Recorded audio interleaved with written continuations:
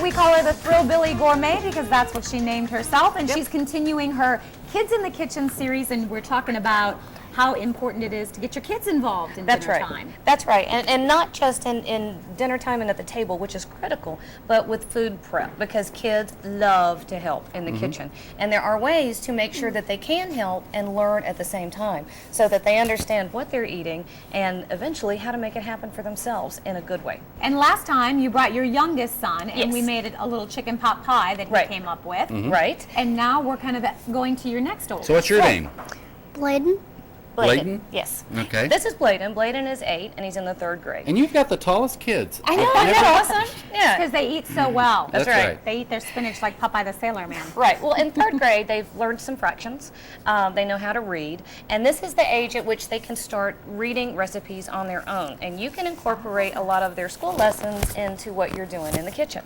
So like in this case, in this case, we're doing something really simple that Bladen helped me come up with.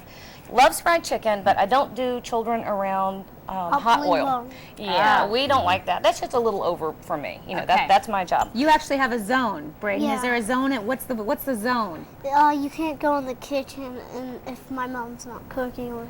Right. She's doing the oil thing? Yeah. Yep. I say everybody out of the zone. Yep, out of the zone, and it's blue tape on the floor, and you have to be on the other side of it. And that's a safety thing for them. But in this case, this is something that they can help with super, super easy, and they love it. And what I've done here is I've written out his recipe for him, and this is the kind of thing I'm talking about. Salt, paprika, garlic powder, and oregano and pepper. And that's right. So we've got teaspoons and tablespoons, right? Do you remember which one is which? This one is the tablespoon. That's right. And this one is the teaspoon. teaspoon. So what does your recipe call for? Tablespoons? Yes. And you're going to use how many? 2. All right. So another thing, if you're working with kids and breading, you know, normally I like to do the breading stations, but it can go everywhere. And Yes, it Pretty can. much with us too. yeah. And you will end up redecorating your kitchen. Ah. Now in here, we just crunched up a package of garlic croutons. It was a 5-ounce package. And then we added about 1.5 cups of plain old breadcrumbs. And in here, he's measuring out his ingredients. Okay, with salt. Yep, to help him a little bit. See? Wow, yeah, very good. That's right. These are the things that just pop up the flavor that's already in those croutons, and they work with the chicken, and it's just fabulous. What kind of flavor does paprika have? It's a nice little, well, it depends on if it was smoked or not. Most paprika you find has not been smoked. It's just a sweet little subtle background thing, and it also really helps things pretty, you know. I was just going to say, we do it on eggs to just- make it colorful. That's the only time we ever used it was A for deviled egg. I Right. know. It's made the deviled egg what it is. Well, all right, now Morgan, I'm going to put you to work. Okay. Over here, we've got about 1 cup, maybe a little more than 1 cup of mayonnaise, and this is going to serve as a binder. It's going to hold the breading on, and it's also going to serve to keep the chicken moist in the oven because we are using boneless and skinless, and that often means it will dry out. Okay. So there are 3 chicken breasts in there. There's some tenders too, but just grab the breasts. Okay. And you can use this with any cut of chicken that you want. You can One use at a time? No, you can throw them all in there. Okay. Throw them all in there together. Did you find the big ones? Morgan's ready. And all we're going to do is we're going to squish that chicken around in the mayonnaise, and then we're going to drop it down in here, and we're going to bread it up. Now, once we've got it, I think there's only, that's good. And all you have to do is give it a massage through there. There you go. Work your And your arms. I There you like go. using the mayonnaise because it's a little bit thicker than like Never done that buttermilk before. or Yeah. anything else, but you still have the lactic acid that's in mayonnaise that will help to tenderize the chicken and keep it moist. I had not heard that. Yes. That's fantastic. Well, mayonnaise, of course, it's an emulsion. It's egg yolk and it's oil. And so those things together independently are things that you want in the chicken. I'm just shortcutting it and using the easier method. Okay. All right, dude, I need to put one of these in Look, there. he's We're gotta about out of shake it time, up. so I'll do one, and then you can do the others when we're in commercial breaks. That sound good? There you go. That's good. All right, Bladen, shake that one up. Good. And all we're going to do job. is get these breaded off, and we're going to lay them on our bacon rack. And I've got a 425-degree oven. Very cool. It's shaking bacon. He hailed. I love it. That's right. And look how that stuck right to that. It does. That looks fantastic. Because mayonnaise is really sticky sometimes. That's right. Good call. All right, well, thank you guys. We're going to come back in just a little bit, throw them in the oven, see how well they turned out. They look fantastic. Thank you. All right, when we come back, we have author Lisa Hall. We'll talk about her new book series. what we did was we had rubbed it all over the mayonnaise, and we got it all breaded up in the other baggie. And all you want to do is lay it on a baking rack like this. Now, Bladen, why do you want to use this kind? Because it will drain the fat down and the bottom will still get crispy. That's right. Really? That's right, yeah. So I mean, it is super, super, super easy. And all you do at this point, I'm going to do a little trade-off here. Okay.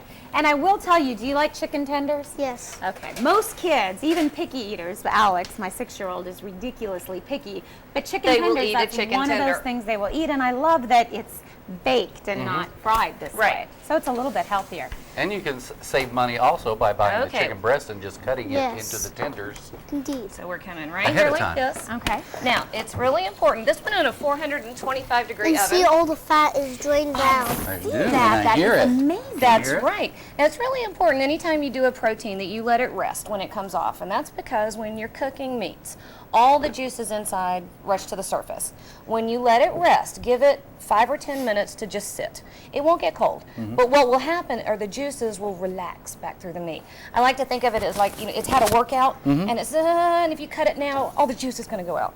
But if you give it a minute to catch its breath, that's when it's going to do what Really? you want it to I do. had never Yeah. heard that. Yeah, and it's going to be nice and juicy all the way It's through. gonna get really crispy and nice. Right. Not all. Now the chicken raw and tenders stuff. only take about 15 to 20 minutes, and you can flip them halfway through if you want, or I forget, so I don't do it. Okay. These take about 40 She's minutes. so honest. I love that. Well, I guess you'd yeah. need to flip it if you didn't have one of these fancy racks, Yeah. right? But Well, on you the rack, would, but what would happen were that the juices that collect in the bottom, the chicken will actually sit in it and it'll get soggy.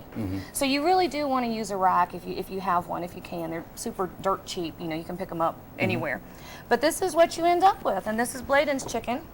Now, Bladen, how long have you been working with this chicken recipe? Oh, well, a few months. A few months. few months. Yeah, Well, I yeah. think I think you're onto something.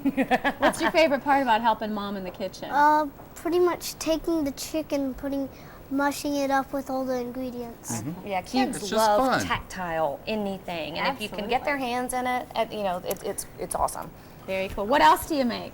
Well, we have another chicken that my mom didn't make, but I didn't make it because we would like to bring you our it's an Alabama white barbecue chicken, and it is absolutely to die for, and it's the world's simplest, easiest recipe. All you do, it still has the mayonnaise like always, but Okay. Mayonnaise always. is Yeah. very important, Yes. right? You must go through a lot of mayonnaise. We in the did house, Mom. mayonnaise is an important thing for You might us. want to Yes, grow yes. you a little goatee and Yeah. get a white jacket, and you might be onto something There you go. Yeah, he might. This boy can rock some chicken. Yeah. Rock some chicken. Well, Yep. that's good stuff. You know who else can rock some stuff, but we're talking coffee. Yes. Is our favorite coffee lady. We have Sarah here. We're looking forward to Hi, that. Sarah. Yes. Yeah, we're going to show you all her cool stuff when we come back. Stay with us. That is just very fun. Look at See, it's good when they say, "Can I have another one?" It's like, yes, you may, because you made them, so you may as well enjoy them. That's right. How fun? Is it good? it's real crispy. It has all the juice, no fat at all. No fat at all. And Mom, That's you right. and I were talking, and you say getting kids involved in the kitchen also helps not only teaching them to learn to read recipes and quality time, but Right. nutrition. Yes, there are. Yeah, well, there's some serious nutritional issues that are happening in America right now with some obesity and children not knowing how to make the right choices, and we're in our third generation now of people who have not been old schooled and how to cook from the time they were little. And I think that bringing the kids into the kitchen is a way of giving them not only knowledge but power. And if my 13-year-old will still say, what's our protein and what's our carbohydrate?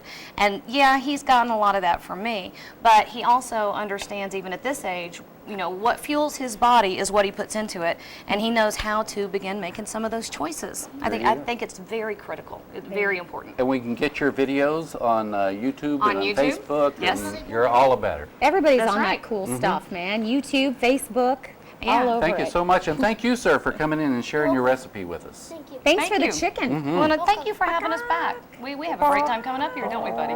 Yes. All right, we're going to take a break. We're going to wrap things up. First time coming up here anyways. Oh, Well, you'll don't come make it back your and last. see us. All right, we're back with more of Daytime right after this.